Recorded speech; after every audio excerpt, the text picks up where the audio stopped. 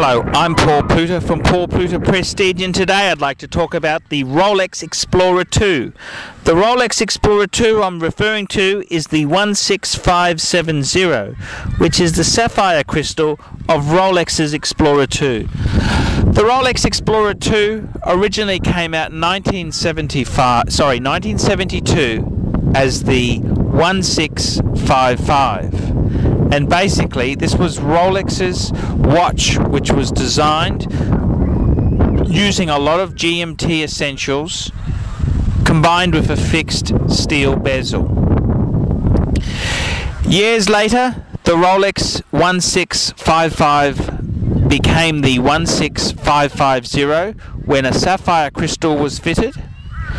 The model was then changed to the 16570 when the movement was upgraded and the dial choices were limited to white or black. With the 16550, an ivory dial was also available. The ivory dial is very collectible and commands a high premium.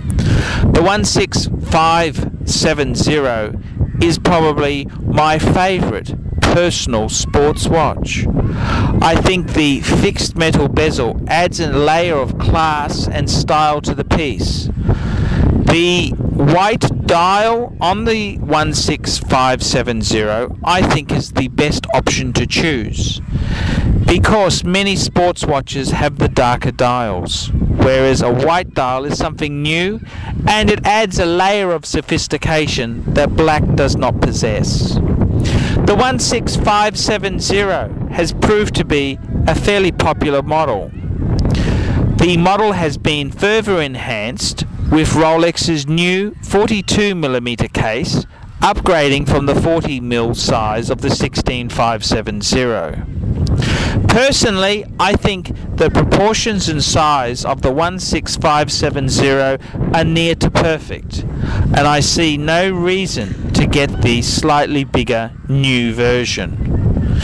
The older version with the holes case is probably my choice, because I believe a sports watch, which is a utilitarian watch, should allow its bracelet to be changed easily, and holes in the case allow this to be completed in seconds. The 16570 I think is the greatest Rolex at the moment.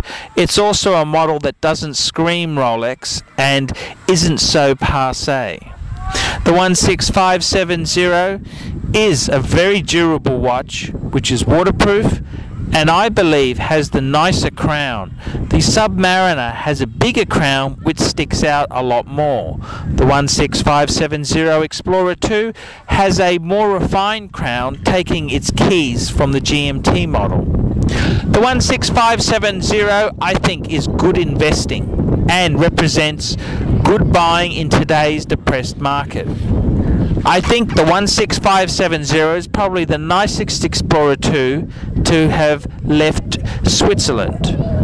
I think this model has a lot of potential, and I think it's also such a usable piece with a dual time zone, and it's something that the traveller in today's market can really use. Okay, let's have a look at the scoring for the 16570. For the brand itself, I'm going to give it a 7. For the significance of this model, I'm going to give it a 10. For the movement itself, I'm going to give it an 8. For the quality and workmanship of this model, I'm going to give it an 8. And for the personal Paul Pluta Prestige rating, I'm also going to give it an 8. This gives the piece a score of 41 points. I'm Paul Pluta from Paul Pluta Prestige. I hope you've enjoyed this review.